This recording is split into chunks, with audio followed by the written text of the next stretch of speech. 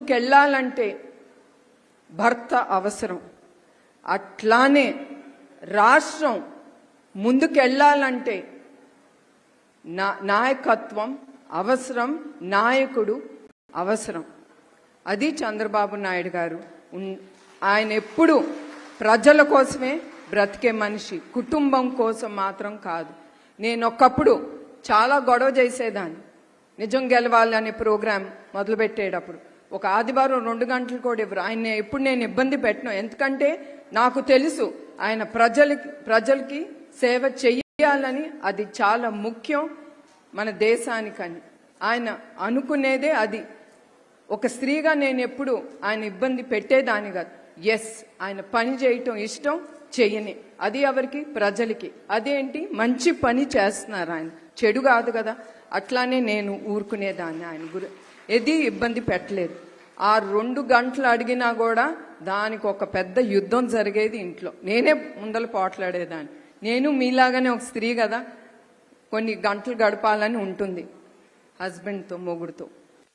కానీ ఈ నిజం గెలవాలి అనే ఈ ప్రోగ్రాం నేను చేపట్టిన తర్వాత నేను ఒకటే అనుకున్నాను, ఇంట్లో కూర్చుని నేను పోటాడింది వేరు, కానీ ఆయన 360 రోజులు మీకే పని చేయాలి ఆయన అని నేను కోరుతున్నాను.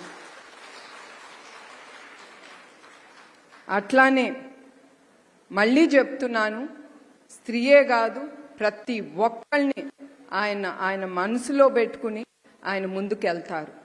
మీ కార్మికులు మీరందరూ ఓపిక పట్టాలి. మీరు చాలా ఎదుర్కొంటున్నారు, అది నాకు తెలుసు.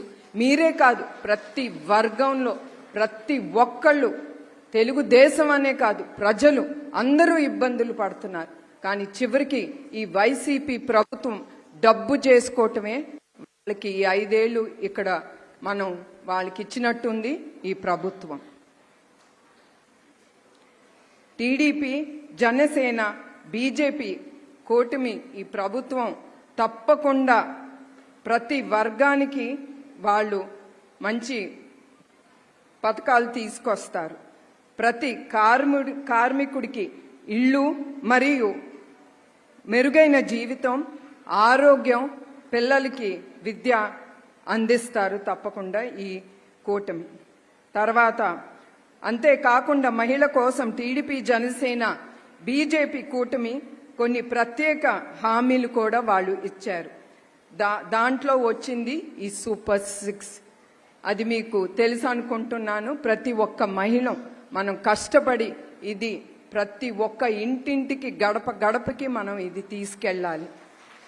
దాంట్లో ఏంటంటే 18 ఏళ్ళు వచ్చిన మహిళకి 1500 రూపాయలు ఆ పిల్ల అకౌంట్కి, ఆ బిడ్డ అకౌంట్కి వెళ్తుంది. అట్లానే చదువుకున్న ప్రతి బిడ్డకి 15,000 ప్రతి సంవత్సరం వాళ్ళ అకౌంట్కి వెళ్తుంది. అట్లానే 3 పిల్లలు ఉండే, చదువుకునే పిల్లలు ఉండే కుటుంబానికి 45,000 ఇస్తారు. అట్లానే ప్రతి కుటుంబానికి 3 గ్యాస్ సిలిండర్లు ఉచితం. అదే కాకుండా మహిళలకు ఉచితంగా బస్సు ప్రయాణం కూడా ఉంది. ఇది మీరు మీ పనికి ఉపయోగించవచ్చు, తల్లిదండ్రులను కూడా మీరు చూడొచ్చు. అది ఈ సభ ముగిసే ముందు చంద్రబాబు నాయుడు గారి గురించి కొంచెం నేను చెప్పదలుచుకుంటున్నాను.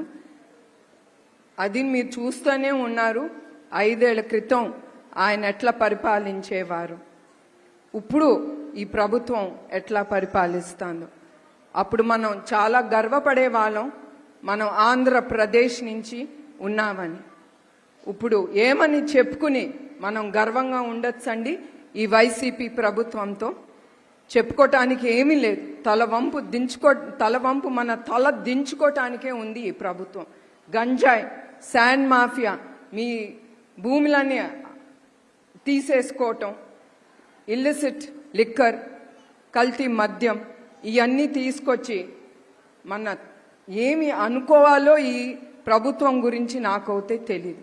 వీళ్ళు మనుషులా ఏంటి, మన రాక్షస పాలన కింద ఉన్నామా అనిపిస్తుంది నాకు. మొన్నటికి మొన్న మీరు చూశారు ఈ వైసీపీ ప్రభుత్వం అంటాంది వైజాగ్ రాజధాని అని ఇది ఆంధ్రప్రదేశ్కి. మొన్న 25,000 గంజాయి దిగింది ఒక కంటైనర్లో వైజాగ్లో. అంటే ఎన్ని లక్షల కోట్లు దాని విలువ చూడండి. కానీ అది కాదు నేను మీకు చెప్పదలుచుకుంది. మీరు ఆలోచించాలి ఆ గంజాయితో ఏమవుతుంది, ఈ రాష్ట్రం మన పిల్లలు భవిష్యత్తు ఏమవుతుందని మీరు